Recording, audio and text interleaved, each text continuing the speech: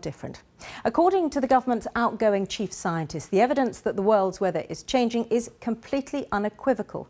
He's told the BBC that floods and droughts will get worse, and not taking action now will only make the problem harder and more expensive to deal with in the future. Here's our science correspondent, Palab Ghosh.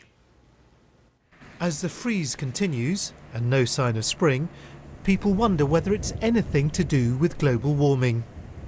There's no proof that it is responsible for the UK's current dismal weather, but there is strong evidence that overall, rising CO2 levels in the Earth's atmosphere are increasing global temperatures, and this is changing the world's weather patterns.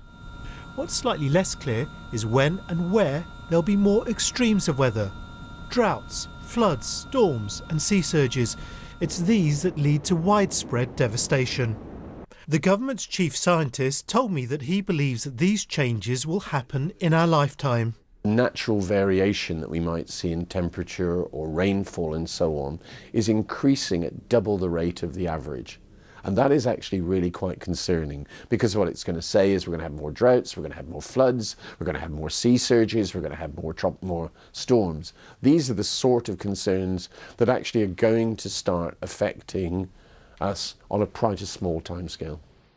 After a summer of drought, 8,000 homes and businesses in the UK were flooded. Are such scenes likely to become more frequent? Scientific predictions vary considerably, and it's this uncertainty which leads some to say that it's wrong to spend billions of pounds to restrict the growth of economies until more is known. Professor Beddington, however, says that governments are storing up trouble by delaying a decision on reducing CO2 emissions. At some stage there may be a decision to reduce it. The later that is, the longer into this century you are going to have climate change because of the delays in the system. And the later a decision is made to reduce it, the more difficult and more dramatic the interventions would have to be to reduce greenhouse gases. The comments come at a time when so-called climate skeptics have argued that scientists have overstated the threats posed by climate change.